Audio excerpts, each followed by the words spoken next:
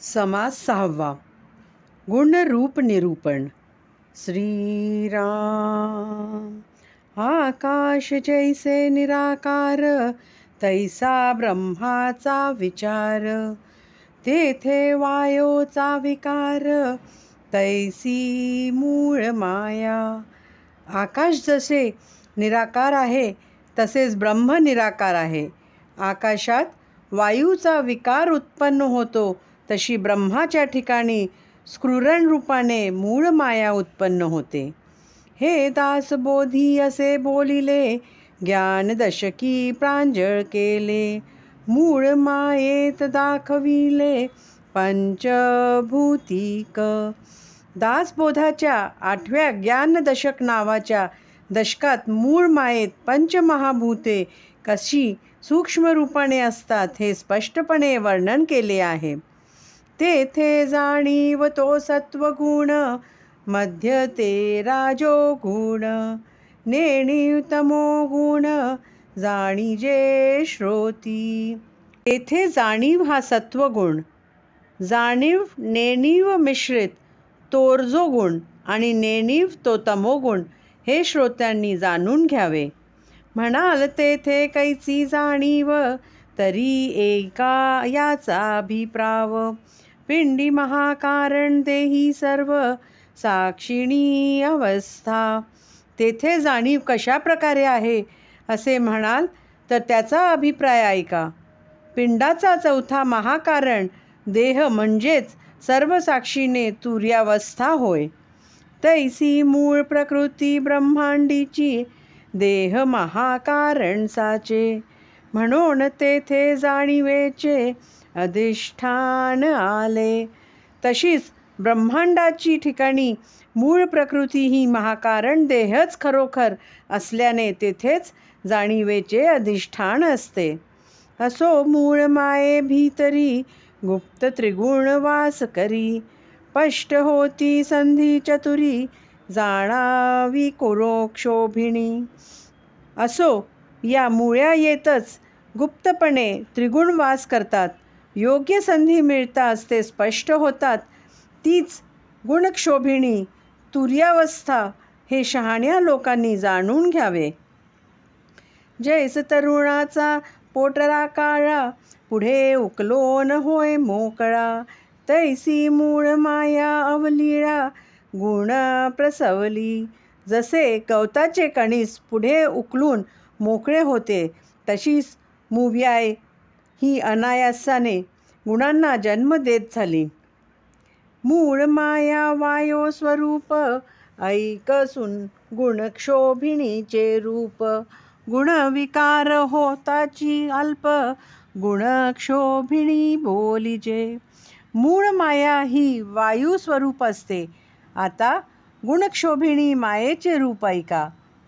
मुळ्यायेच्या ठिकाणी सूक्ष्म रूपाने गुणरूपी विकारड्यन झाला की तिलाच गुणक्षोभिणी असे म्हणतात. पुढे जाणीव मध्यस्थ नेणीव, मिश्रित चालिला स्वभाव. तेथे मातृकास ठाव, शब्द झाला. गुणक्षोभिणीपासून जाणीव म्हणजेच सत्वगुण, मध्यस्थ म्हणजे जाणीवने विण मिश्रित रजोगुण आणि नेणीव म्हणजे तमोगुण यांच्या मिश्रणाने विश्व निर्माण करण्याची क्रिया निसर्गिकपणे चालते. तेथे गुणांच्या ठिकाणी सर्वप्रथम अकारमय 3.5 मात्रांच्या शब्दधीने उत्पन्न झाला. तो शब्द गुण आकाशीचा, ऐसा अभिप्राव येथीचा. शब्देची वेदशास्त्रांचा आकार झाला. शब्द हा आकाशाचा गुण असल्याने अर्थातच आकाश झाले व पुढे त्यापासून पृथ्वीपर्यंतची पंचमहाभूते झाली. शब्दाच्या आधारेच वेदादी शास्त्रे आकाराला आली. पंचभूते त्रिगुणाकार, अवघा वायोचा विकार. जाणीवणे विचार, वायोची करिता. पंचभूते आणि त्रिगुण म्हणजेच अष्टधा प्रकृती होय. मूळ मायेत ही सर्व सूक्ष्म रूपाने असतात. जाणीव व नेणीव यांचा विचारही मुळ्यामुळेच उत्पन्न होतो. वायो नसता कैची जाणीव, जाणीव नसता कैची नेणीव. जाणीवेणी वेस ठाव, वायो गुणे.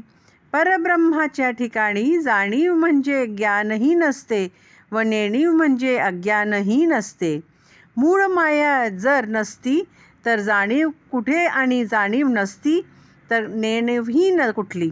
म्हणून ज्ञान अज्ञानास कारण मुळ्याय म्हणजेच वायूच आहे. जेथे मुळीच नाही चळन, तेथे कैसी जाणीव लक्षण. म्हणोनी वायोचा गुण, नेमच जाणावा. जेथे जराही चलनवलन नसेल तेथे जाणीव तरी कशी असणार. म्हणून चलनवलन हा वायूचा गुण आहे, हे नीट जाणून घ्यावे. एकापासून एक झाले, हे एक उगेची दिसोन आले. स्वरूप मुळीच भासले, त्रिगुण भूतांचे.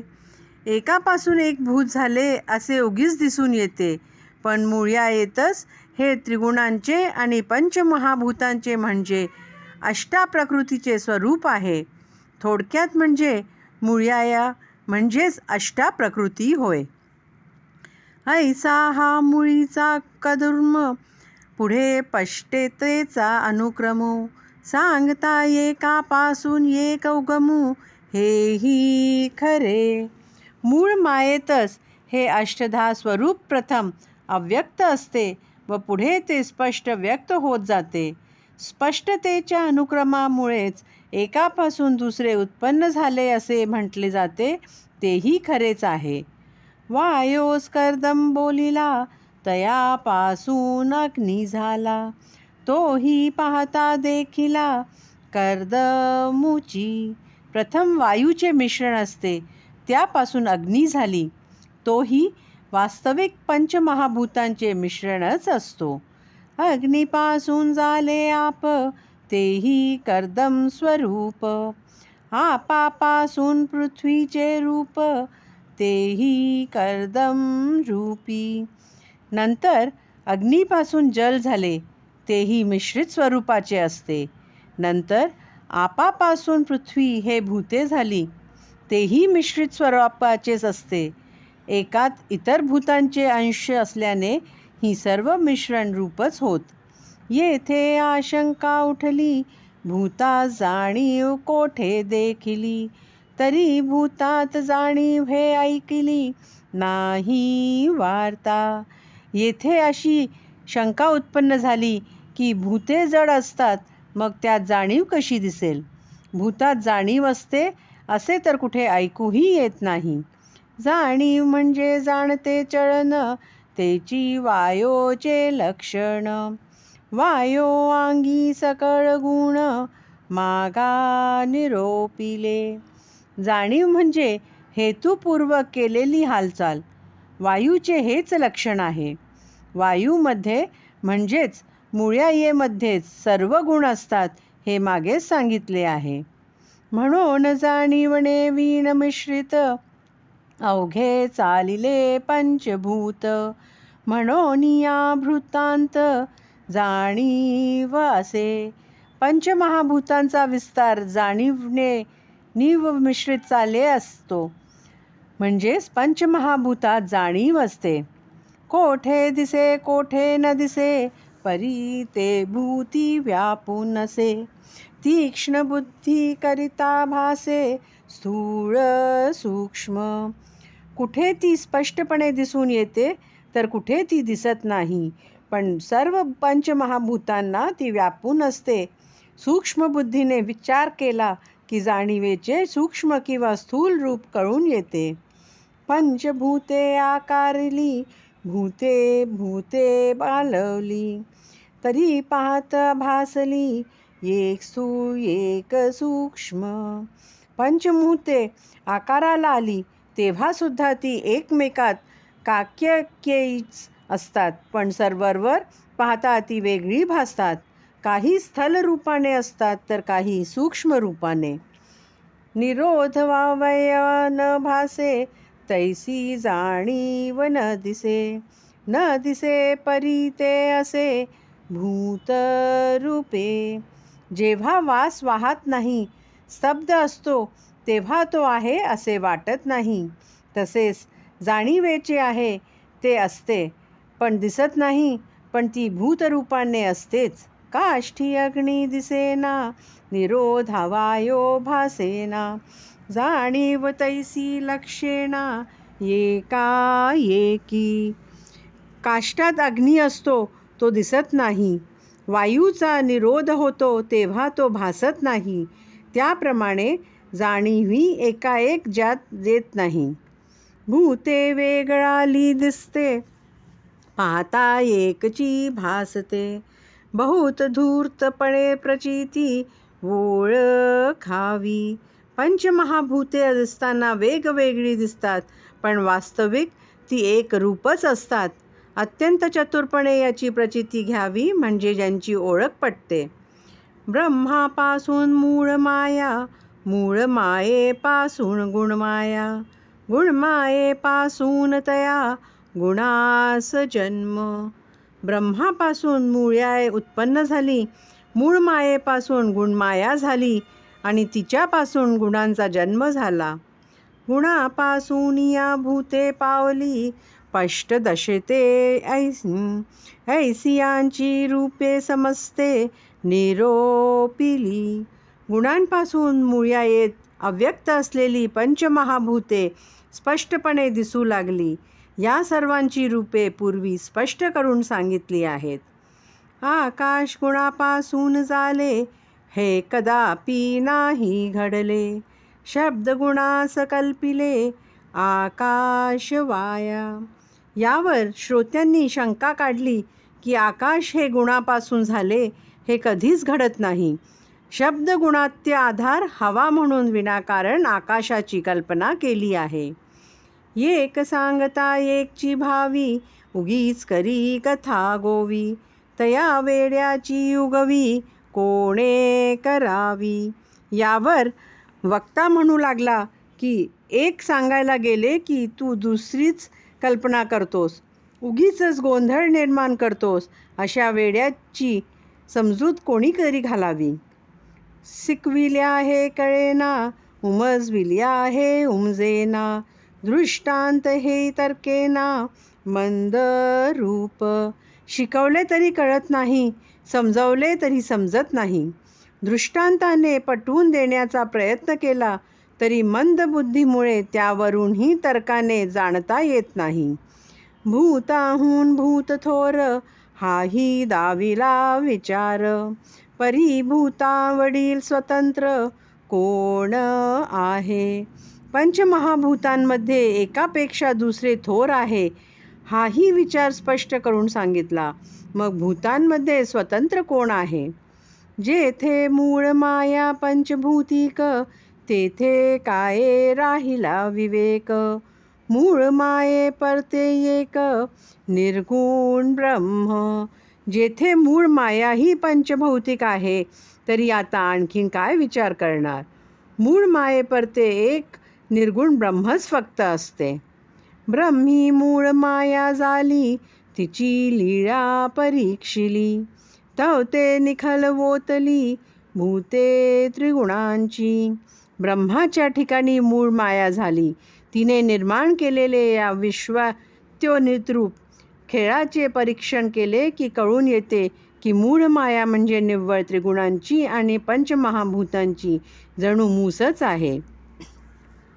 भूत विकारवंत चत्वार, आकाश पाहता निर्विकार. आकाशभूत हा विचार, उपाधी करिता. चार भूते विकारवंत भासतात, पण आकाशाकडे पाहता ते निर्विकार भासते. पण आकाशाला वेगळेपणाने पाहता येते आणि त्याच्या ठिकाणी शून्यत्व ही उपाधी आहे, म्हणून त्याची गणना पंचमहाभूतांमध्ये केली जाते. पिंडी व्यापक म्हणून जीव, ब्रह्मांडी व्यापक म्हणून शिव. तैसाच हाही अभिप्राव आकाशाचा. पिंडाला व्यापून असणारी जाणीव तिला जीव म्हणतात, ब्रह्मांडाला व्यापून असणाऱ्या जाणीवेला शिव म्हणतात. तसाच अभिप्राय आकाशाचा आहे. उपाधीमचे सापडले, सूक्ष्म पाहता भासले. इतुक्यासाठी आकाश झाले भूतरूप. शून्याच्या उपाधीत सापडले आणि सूक्ष्म असून दृष्टीला भासले, म्हणून आकाश हे भूतरूप झाले. आकाश अवकाश तो भकास, परब्रह्म ते निराभास. उपाधी नसता जे आकाश, तेची ब्रह्मा. आकाश हे अवकाश रूप असल्याने ते शून्य आहे, तसे ते भासते. परब्रह्म हे निराभास आहे. शून्यत्वरहित जे आकाश तेच ब्रह्म होय. जाणीव नेणीव मध्यमान, हेची गुणाचे प्रमाण. येथे निरोपिले त्रिगुण, रूपे सहित. सत्व तम आणि रज या गुणांचे प्रमाण म्हणजे जाणीव. नेणीव व जाणीवेने मिश्रित असे आहे. याप्रमाणे येथे त्रिगुणांचे त्यांच्या रूपासहित वर्णन केले आहे. प्रकृती पावली विस्ताराते, पुढे एकाची एकची होते. विकारवंतची तयाते, नेम कैचा.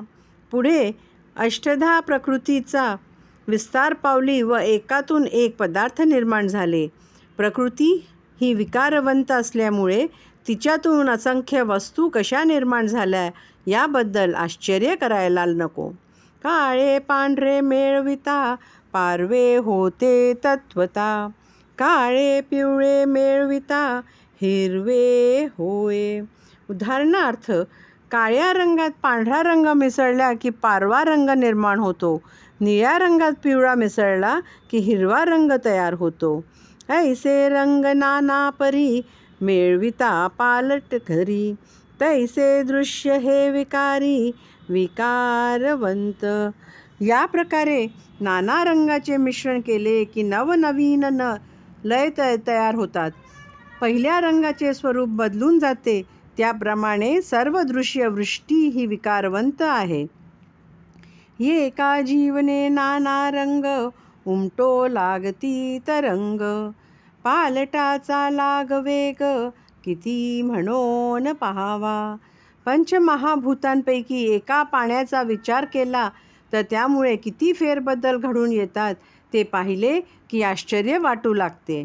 मुळात पाणी एकच असून त्यावर अनेक तरंग उठतात आणि पाहता पाहता इतका बदल घडून येत असतो की सांगणेही मुश्किल. एका उदकाचे विकार, पाहता दिसती अपार. पंचभूतांचे विस्तार, 84 लक्ष योनी. उदक हे पंचभूतांपैकी एक. त्याचे विकार जर अपार आहेत तर मग सर्व पंचमहाभूतांचा विस्तार किती सांगावा. 84 लक्ष जीवयोनी हा पंचभूतांचाच विस्तार आहे. नाना देहाचे बीज उदक, उदकापासून सकळ लोक. किडा मुंगी स्वापदातिक, उदकेची होय. अनेक प्रकारच्या देहांचे बीज उदकच आहे. उदकापासूनच सर्व लोक निर्माण झाले आहेत. किडा मुंगी श्वापदादिक जेवढी जीवसृष्टी दिसून येते ती उदकामुळेच उत्पन्न झाली. शुक्लित शोणित म्हणजे नीर, त्या नीराचे हे शरीर. नखे दंत अस्ति मात्र, उदकाच्या होती. रेत रक्त म्हणजेच ही पाणीच आहे. त्या पाण्याचेच हे शरीर बनलेले आहे. शरीरातील नखे दात अस्थि वगैरे ही उदकापासूनच होतात. मुळ्यांचे बारीक पागोरे, तेने पंथे उदक भरे. त्या उदकेची विस्तारे, वृक्ष मात्र. झाडाच्या मुळेच जे बारीक तंतू असतात त्या मार्गानेच उदक त्या वृक्षाच्या सर्व अवयवात भरले जाते आणि त्या उदकाच्या मुळे त्या वृक्षाचा इतका विस्तार होत असतो. आंबवृक्ष मोहरा आले, अवघे उदका करिता झाले. फळी फुली उलगडले, सावकाश. आमवृक्षांना मोहर येतो. पुढे यथावकाश ते फलफुलांनी त्याडून जातात, बहराला येतात. ते सर्वही उदकामुळेच घडते. खोड फोडून आंबे पाहता, तेथे दिसेना सर्वथा. खांद्या फोडून फळे पाहता ओली साले. आंबाच्या झाडाला आंबे लागतात, म्हणून जर त्याचे खोड फोडून त्यात आंबे पाहू लागले तर तिथे आंबे आढळत नाही. तसेच फांद्या फोडून फळे पाहू गेल्यासही ओली सालेच हाती येतात. मुळापासून शेवटवरी फळ नाही तदंतरी. जळ रूप फळ चतुरी विवेक जाणावे. मुळापासून शेंड्यापर्यंत अशा प्रकारे पाहिले असता फळ दिसून येत नाही, पण झाडाला येणारे फळ हे जलरूप असते. हे विवेकाच्या योगे चतुर पुरुषांनी जाणून घ्यावे. तेची जळ सोंड्या चढे तेव्हा वृक्ष मात्रा लगडे. एकाचे एकची घडे नेने प्रकारे. तेच जल शेंड्यापर्यंत पोहोचते तेव्हा वृक्ष फळांनी लगडून जातो. याप्रमाणे एकापासून एक या प्रकारे निर्माण होते. पुत्र पुष्पे फळे भेद किती करावा अनुवाद. सूक्ष्मदृष्टीने विशद होत आहे. एकाच पाण्यापासून पाने, फुले, फळे इत्यादी बदल घडून येतात. किती म्हणून वर्णन करावे. सूक्ष्म दृष्टीने पाहिले की सर्व स्पष्टपणे कळून येते. भूतांचे विकार सांगी किती क्षणाक्षणा पालटती. एकाचे एकची होती नाना वर्ण. पंचमहाभूतांचे विकार किती सांगणार. त्यात क्षणोक्षणी बदल घडते. एकाहून एक असे अनेक रंग उत्पन्न होतात. त्रिगुणभूतांची लटपट पाहो जाता हे खटपट. बहुरूप बहुपालट किती म्हणून सांगावा. त्रिगुण आणि पंचमहाभूतांच्या मिश्रणाची ही सर्व करामत आहे. या संबंधी विचार करता असंख्य रूपे व असंख्य बदल सारखे घडून येतात. त्यांची किती वर्णन करावे. ये प्रकृतीचा निरास विवेक वारावा सावकास. मग परमात्मा परेश अनन्य भावे भजावा. म्हणून या अष्टप्रकृतीचे निराकरण विवेकाने सावकाश करून तिला बाजूस सासवे व मग अनन्य भावाने परमात्मा जो परेश त्यास भजवावे. इति श्रीदासबोधे गुरु शिष्य संवादे गुणरूप निरूपण नाम समास 6वा. इति श्री दासबोधे गुरु शिष्य संवादे गुणरूप निरूपण नाम समास 6वा समाप्त.